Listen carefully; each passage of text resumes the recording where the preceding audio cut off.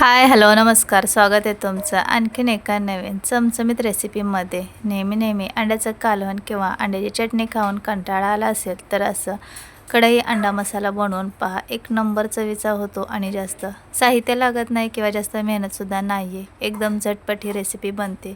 तर चला लगेच रेसिपी बनवायला सुरुवात करूया. व्हिडिओ शेवटपर्यंत नक्की पहा. सगळ्यात अगोदर आपल्याला अंडे शिजवून घ्यायचेत आणि अंडे मी सोलून घेतलेत. तरी ते मी 8 अंडे घेतलेत. आता तुम्हाला किती भाजी बनवायची आहेत, तुमच्या घरामध्ये किती माणसं आहेत त्यानुसार तुम्ही अंडे शिजवून घ्यायचेत आणि सोलून घ्यायचेत.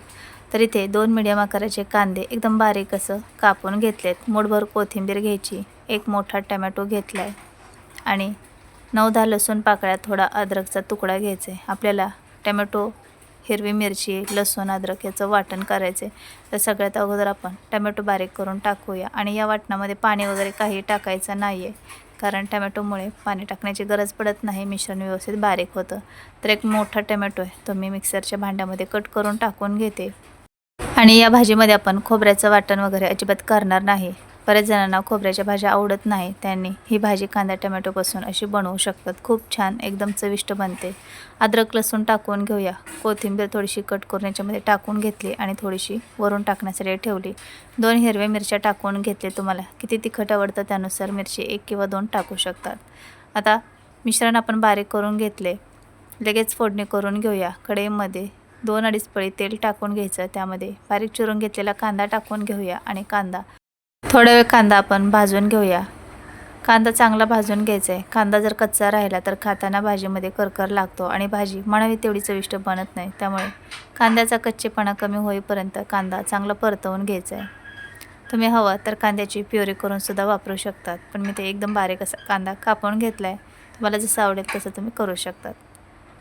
तर तुम्हाला दिसत असेल कांदा मस्त परतवून झाला आहे. आता आपण याच्यामध्ये कोथिंबीर आणि टमॅटो, हिरवी मिरची याचं वाटण केले ते टाकून घेऊया. तर सर्व टमॅटोची प्युरी आपण याच्यामध्ये टाकून घेतली आहे. आता हे सुद्धा आपल्याला चांगलं परतवून घ्यायचं आहे.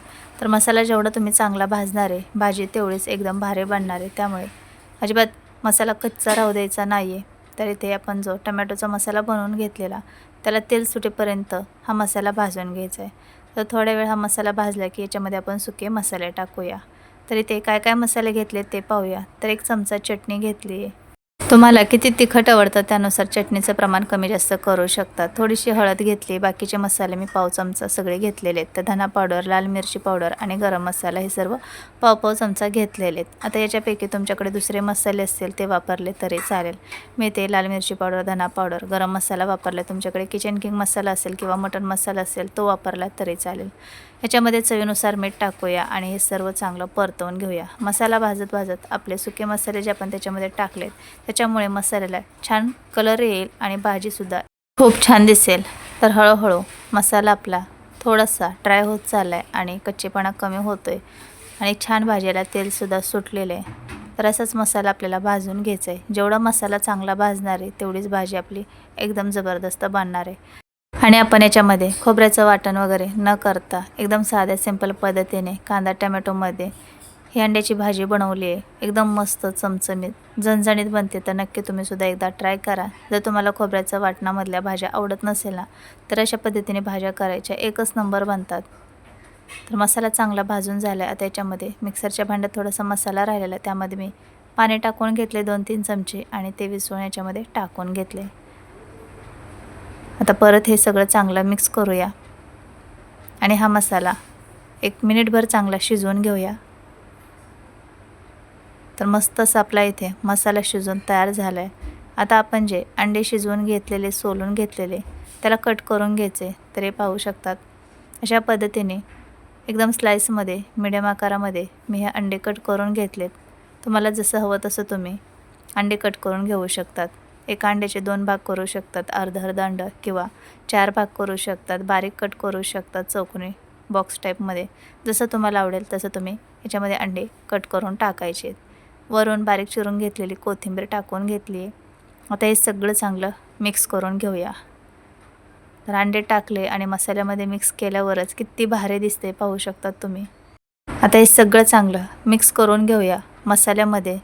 तर हळूहळू हे चांगलं व्यवस्थित मिक्स करून घ्यायचे, कारण अंडे शिजवून घेतले त्यामुळे तुटू शकतात आणि बिल असल्यामुळे हे ना लगेचच दाटसर होत जातं, त्यामुळे हलक्या हाताने हे व्यवस्थित मिक्स करून घ्यायचे. तर व्यवस्थित आपण हे सगळं चांगलं मिक्स करून घेतले.